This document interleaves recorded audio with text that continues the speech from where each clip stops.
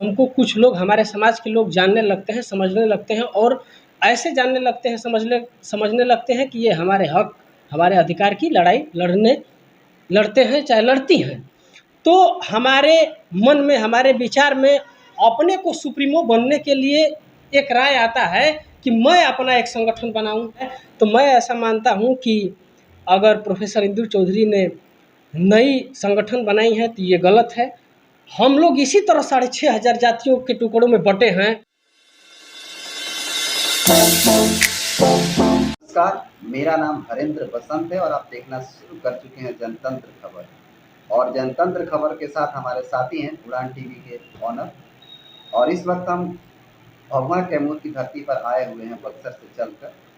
और कैमरे में जो शख्स दिखाई दे रहे हैं वो सोशल मीडिया एक्टिविस्ट और बहुजन एक्टिविस्ट कह सकते हैं। काफ़ी बहुजन से संबंधित चीज़ों को एनालिसिस करते रहते हैं और अपनी विचार व्यक्त करते रहते हैं, जिनका नाम है डॉक्टर राकेश मौर्य, जो एक छोटा सा क्लिनिक नुआ प्रखंड में ही चलाते हैं। सबसे पहले स्वागत है सर आपका। आपको भी धन्यवाद, आपके चैनल को, दर्शकों को भी बहुत बहुत धन्यवाद। सबसे पहला सवाल मेरा ये रहेगा सर कि बीएचयू यूनिवर्सिटी से इंग्लिश की प्रोफेसर निकलती है जिनका नाम है इंदु चौधरी, और उत्तर प्रदेश और बिहार के अन्य कोनों में जाती हैं और बहुजन मूवमेंट को आगे ले जाने के लिए हमेशा बातचीत करती हैं और कई प्रोग्राम भी देती हैं। काफ़ी दिन बीत जाने के बाद सर उन्होंने एक संगठन बनाया जिनका नाम है बहुजन शक्ति। अच्छा। लगातार बहुत ऐसे हिंदू समाज में बहुत सारे ऐसे हिंदू संगठन हैं जो सिर्फ बीजेपी के लिए कार्य करता है, लेकिन बहुजन समाज में बहुत सारे संगठन हैं, लेकिन संगठन तो बनाते हैं, संगठन बनाने के बाद पार्टी बना लेते हैं। तो इंदु चौधरी जो संगठन बनाई है उन पे आपकी क्या राय है? सर देखिए, ऑलरेडी हमारे बहुजन समाज के अंदर सोशल परिवर्तन के तहत बहुत सारे संगठन चल रहे हैं। और जैसे कि आपने बताया कि वो प्रोफेसर हैं बीएचयू के, हम भी जानते हैं इंदु चौधरी को, बहुत बढ़िया एक्टिविस्ट भी हैं और बड़ी बेबाक तरीके से अपनी राय को रखती हैं। देखिए सर, समस्या हमारे समाज के अंदर ये है कि हम जब कुछ जानते हैं, समझते हैं, अपने समाज के, बहुजन समाज के हक अधिकार के बारे में जान समझ करके उसके लिए लड़ाई लड़ते हैं, आगे बढ़ते हैं और हम लोगों को समाज में जा कर के ये बात हमेशा बताते हैं, समझाते हैं कि हमें संगठित रहना चाहिए, हमें अपनी लड़ाई को, यानी बहुजन समाज की लड़ाई को इकट्ठा होकर के, एकत्रित होकर के लड़ना चाहिए। ये बात हम जा कर के और अपने समाज के अंदर बताते हैं, समझाते हैं। फिर जब हम चर्चित हो जाते हैं समाज के अंदर, जब हमको कुछ लोग, हमारे समाज के लोग जानने लगते हैं, समझने लगते हैं और ऐसे जानने लगते हैं, समझने लगते हैं कि ये हमारे हक, हमारे अधिकार की लड़ाई लड़ते हैं, चाहे लड़ती हैं। तो हमारे मन में, हमारे विचार में अपने को सुप्रीमो बनने के लिए एक राय आता है कि मैं अपना एक संगठन बनाऊं, क्योंकि हमारे समाज के अंदर ये है कि मैं एक दूसरे को नेता मानने के लिए तैयार नहीं। ये बहुजन समाज की सबसे बड़ी खामियां और कमजोरियां हैं। तो हम समाज के अंदर जब बुद्धिजीवी वर्ग हैं, हम समझदार हैं, हम जाते हैं, बताते हैं, समझाते हैं, लेकिन कुछ समय के बाद जब हमको लोग मानने लगते हैं, समझने लगते हैं, तो हम एक अपना संगठन बनाने लगते हैं। एक अपना संगठन बना करके अपने आप सुप्रीमो बनना चाहते हैं और अपने ही समाज के लोगों को, कुछ 10-20 चंद 100-50 लोगों को तोड़ करके फिर एक जगह कर लेते हैं।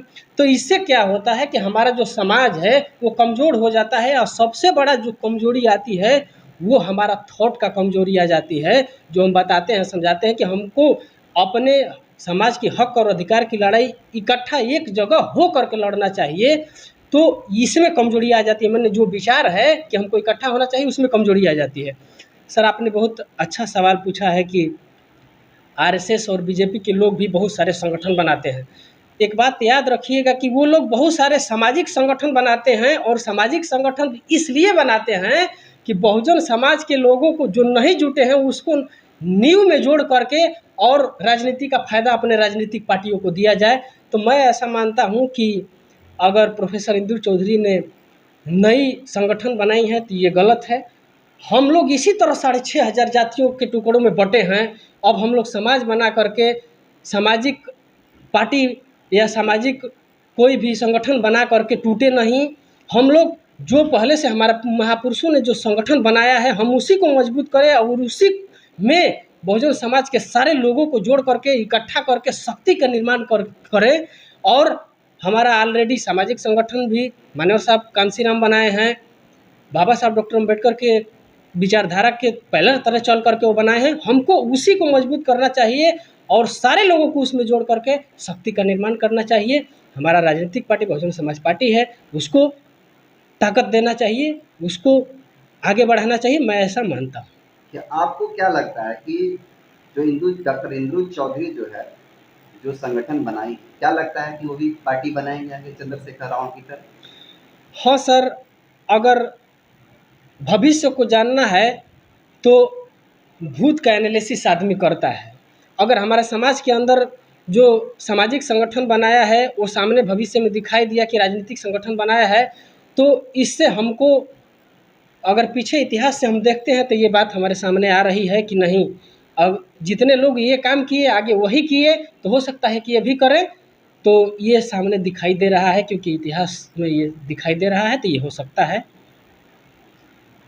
चंद्रशेखर रावण जो है, चंद्रशेखर रावण भी पहले अपना पार्टी भीम आर्मी बनाए जी उसके बाद आज़ाद समाज पार्टी बनाई जी और चंद्रशेखर आज़ाद रावण जो है, मैं देखता हूँ कि 24 घंटा दिन हो चाहे रात हो, बहुजन समाज के लिए जितने भी दलित लोग हैं या फिर जितने भी पिछड़ी जातियाँ हैं जी उन पे जब अत्याचार होता है तो दिन रात सड़कों पे दिखाई देता है जी और हमेशा किसी न किसी आंदोलन में शामिल होते रहते हैं, जी वो किसी भी तरह का आंदोलन हो। जी तो आज़ाद समाज पार्टी के जो संस्थापक हैं चंद्रशेखर रावण जी, उनका राजनीतिक जो भविष्य है किस तरीका से देख रहे हैं, किस एंगल से देख रहे हैं? सर देखिए, पूरे बहुजन समाज के अंदर अगर आप बहुजन समाज के अंदर 1, 2, 3 या 4 पार्टी अगर बनाते हैं तो आप न सामाजिक परिवर्तन के लिए कामयाब हो सकते हैं और ना ही राजनीतिक परिवर्तन के लिए कामयाब हो सकते हैं।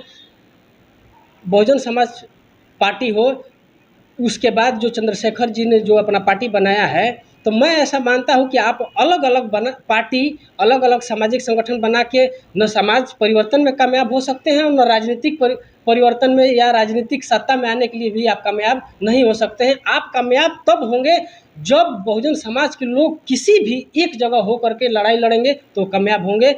मैं ऐसा नहीं मानता हूँ कि चंद्रशेखर भाई ने अपना भीम आर्मी बनाए हैं, चाहे आज़ाद समाज पार्टी बनाए हैं और बना करके कामयाब हो जाएंगे भविष्य में, ऐसा नहीं हो सकता है। अगर बहुजन समाज का कोई भी नेता, कोई भी सामाजिक साइंटिस्ट तभी कामयाब होगा जब वो इकट्ठा एक जगह हो करके अपना हक और अधिकार का लड़ाई लड़ेगा और अपने लोगों को जोड़ेगा, तभी वो कामयाब हो सकता है। मैं ऐसा नहीं मानता हूँ कि चाहे वो अलग होकर कामयाब हो जाए, चाहे इंदु चौधरी अलग होकर कामयाब हो जाए, चाहे और बहुत सारे बहुजन समाज के अंदर नेता हैं वो अलग होकर कामयाब नहीं हो सकते हैं, ये मेरा मानना है।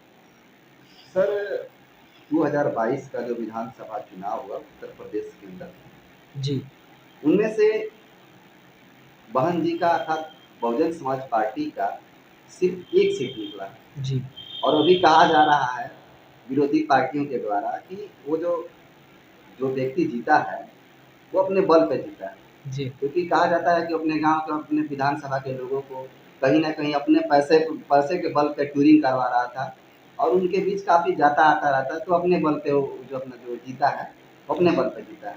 तो इस तरीका से एंगल से देख रहा है लोग कि बसपा का जो राजनीतिक भविष्य है, जी बात किया जाए उसके भविष्य की, तो क्या लगता है कि कहाँ कमी रह गया जिसकी वजह से सिर्फ मात्र एक सीट निकला है? सर कहाँ से? देखिए, सच्चाई तो सच्चाई होता है और प्रत्यक्ष को प्रमाण की भी ज़रूरत नहीं है। और आपने जो सवाल दागी हैं, ये सवाल तो बिल्कुल सत्य है कि 403 विधानसभा सीट पर एक सीट मेरा निकला है, बहुजन समाज पार्टी का एक सीट निकला है, तो ये तो बिल्कुल प्रत्यक्ष है। और सर अगर ये नहीं निकला है तो इस पर हमको बात करना चाहिए और अपने राय मशवरा लेना चाहिए और इस पर एनालिसिस करना चाहिए, अपने कमजोरी पर, बहुजन समाज को अपने कमजोरी पर इस चीज़ को जानना चाहिए। उत्तर प्रदेश का सर जो चुनाव हुआ, वो चुनाव का जो मैनिफेस्टो था, वो मैनिफेस्टो जो था वो था धर्म के ऊपर, और बहुजन समाज के अंदर धर्म का थॉट जो है, धर्म का जो विचार है वो बहुत कमज़ोर है। वो धर्म के ऊपर कभी लड़ाई नहीं लड़ सकता और न लड़ाई जीत सकता है। बहुजन समाज को अगर लड़ाई लड़ना है और मैनिफेस्टो बनाना है तो बहुजन समाज के ऊपर, बहुजन समाज के हक और अधिकार के ऊपर मैनिफेस्टो बना करके और लड़ाई लड़ना चाहिए। बहुजन समाज पार्टी ने अपने जो विरोधी दल थे भारतीय जनता पार्टी, वो जो मूवमेंट चला रहे थे, उनका जो थॉट था, जो विचार था, जो मैनिफेस्टो था, वो धर्म का ऊपर था। और हमारा बहुजन समाज पार्टी के लोग भी उसी को गाइड किए, उसी को समझ करके अपना लड़ाई लड़े।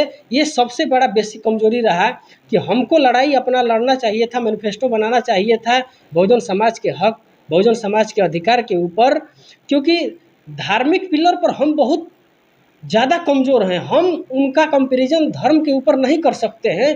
वो धार्मिक के ऊपर बहुत ज़्यादा उनका प्रभाव है, इफेक्ट है, और धर्म के ऊपर सबसे पहला कमी रह गई कि हमने अपने मैनिफेस्टो में अपना आइडियोलॉजी, जो बहुजन समाज का जो आइडियोलॉजी है, बेरोजगारी है, अशिक्षा है, इसको मैनिफेस्टो हम नहीं बनाए, इसीलिए हमने चुनाव हार गया। ये मेरा अपना राय है, व्यक्तिगत राय है। चलिए, बहुत बहुत टाइम देने के लिए बहुत बहुत शुक्रिया सर। आपको भी बहुत बहुत धन्यवाद, आपने हमसे बात की, इसके लिए आपको भी बहुत बहुत धन्यवाद।